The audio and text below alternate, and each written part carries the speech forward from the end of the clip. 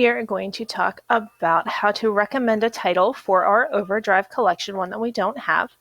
You are not able to do this in Libby at this time, so you have to go through a browser, the OverDrive, the old OverDrive app, or you can open like a Chrome tab on your desktop. You want to navigate to oilcreek.overdrive.com. You want to sign in first.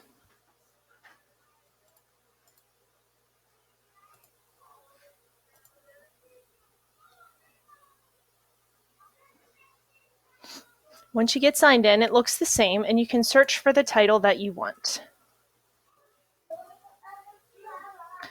Okay, I'm starting with a title that I know we have in print, in ebook form, but I want to know if we have it in audiobook.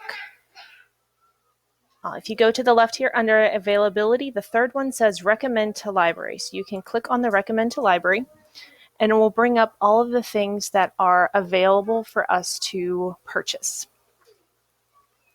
So I scroll down, and I'm like, oh, there's an audiobook. I can click recommend on this. This one is a unique one. What it tells me is that this audiobook title is in German, and it asks me if I'm sure I want to recommend it. I don't know about you, but I cannot speak German, so I'm just going to cancel out of that. But what this tells me is that the audiobook for Jurassic Park is not available. So some books that aren't available on OverDrive, this is a quick way to find out. But I can also look for books that we don't have and recommend them. So while I'm here, I see I want The Lost World ebook. I can recommend this one, and I can put in my email address.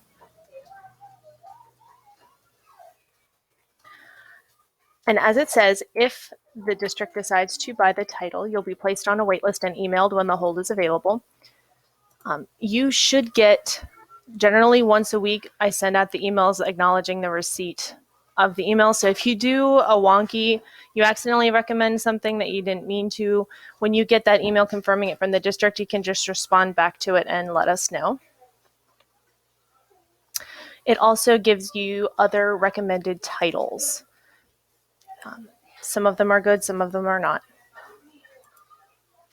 Now, if you want to search for a title, I'll show you one more thing here with the titles.